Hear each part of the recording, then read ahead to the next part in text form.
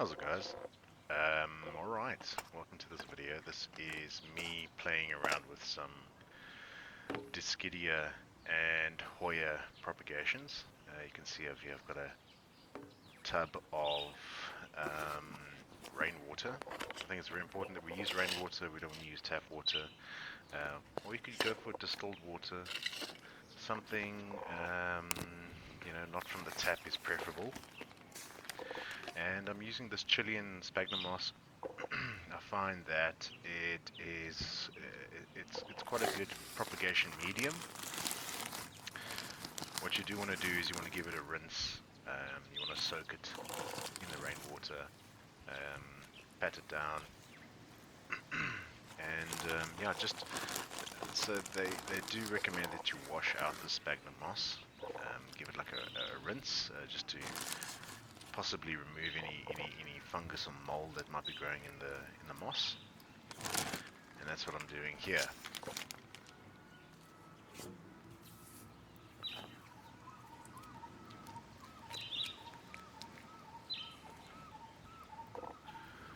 Just let it soak in nicely, remove any sticks or stems that you find in there. The next ingredient is some perlite. I like to add the perlite. It gives it a bit of, it sort of aerates the sphagnum moss a little bit, gives something for the roots to attach to. I know some guys do use just perlite in their propagations, but I thought, let me do an experiment and try out both sphagnum moss and perlite. So you could go for like a half-half ratio of sphagnum moss and perlite. This is when it's all mixed up. Looking good. And you guys will see I've got these plastic cups. They are actually very great for propagations. I've got a lid on the top.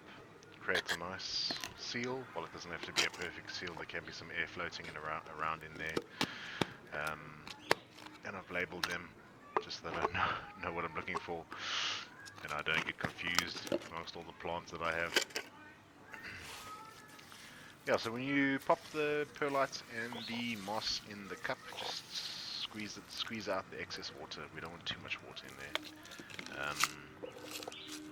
We don't want the plants to be overwhelmed with moisture, especially the Dischidia, because they are actually, they don't need to be overwatered. Dischidia can go without water for quite some time.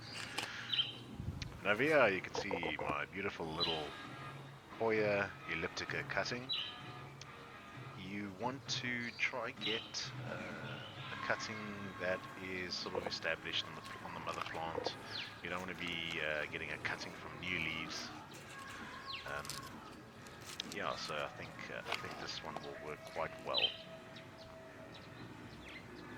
Right, just push the stem down into the medium. Close the lid, and then we move on to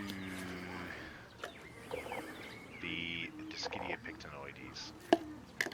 This is quite a cool little plant. It's called a ant plant. It gets these ant sacs on the plant. I'll probably pop a picture out now on the screen, and you guys can have a look at that.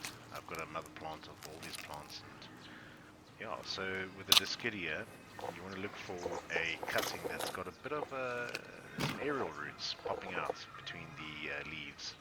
You'll see this one has got some nice aerial roots. I'm hoping it's successful. So let's see. You can see those aerial roots there. Make sure you almost want to peg the aerial roots down into the sphagnum moss, but it doesn't matter if they don't touch all the way.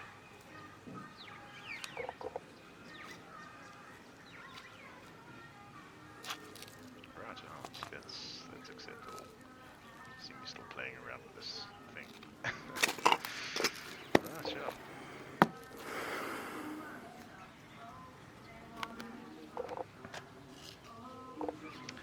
Oh, and then we've got another one of my favorites, is the Dischidia watermelon. It's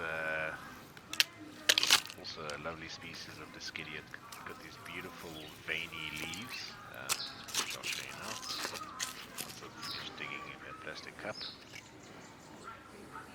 Here we go. Look at those aerial roots. Very good. Very good for propagation.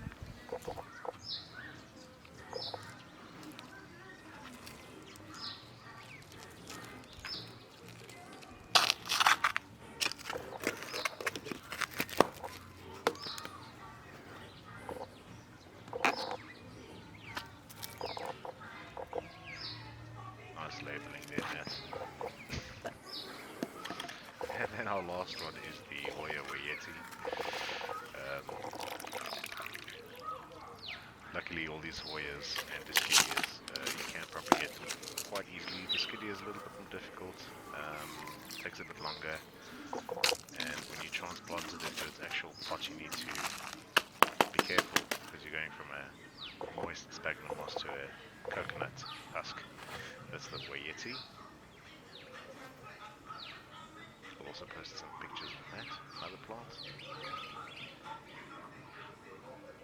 Some aerial roots sticking out there. Excellent.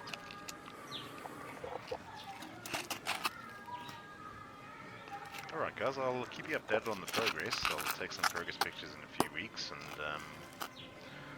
progress video in a few weeks and post a little follow-up video. Sorry? That's my wife saying. Why?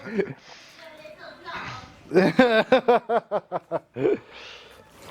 wife making fun of me and my plants. There we go. Alright.